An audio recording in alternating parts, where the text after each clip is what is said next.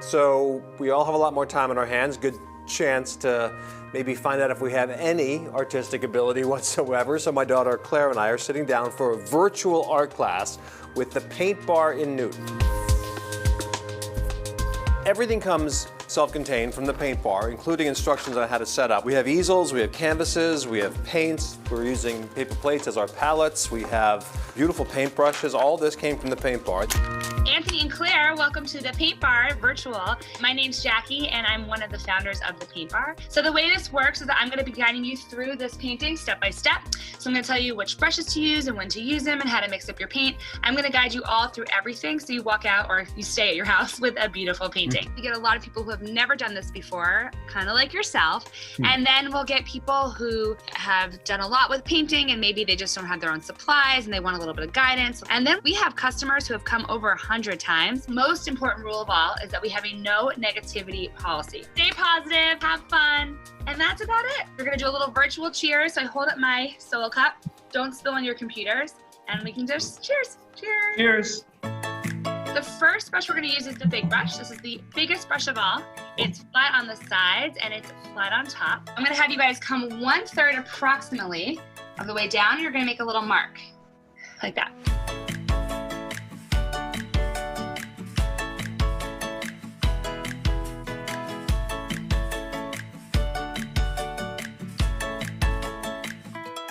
Is there something, do you think, in this time that is unprecedented for any of us in our experiences, to doing something creative? People want to feel fulfilled and feel like they're doing something. We have a lot of people who have taken this up as a new hobby, discovered this as a new skill. I think it gives them some feeling of like they're doing something.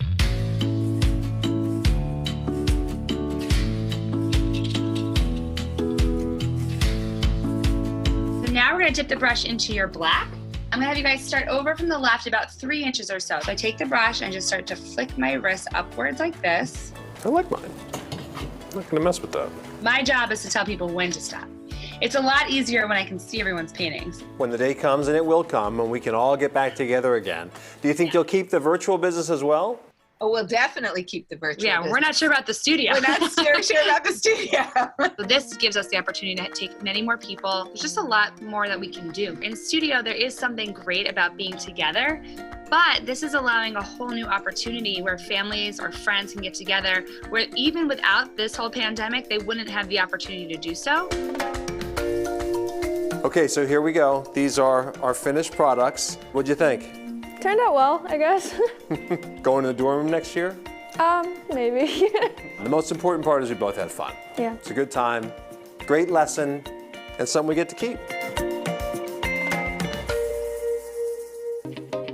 If you'd rather wear your handiwork than hang it, there's a Boston-based retailer that will have you knitting in no time. When the coronavirus pandemic was sweeping the nation and also affecting our hometown of Boston, we pivoted our business really quickly. Megan Teggart is the Director of Communications at That I Knit. For the sake of TV, let's just use its acronym, STICK. Christina, our founder, has been knitting since she was 10 years old, and she always turned to it as a way to reduce stress and relieve some anxiety. Christina Party quickly realized that others might reap the same benefits if she could teach them how.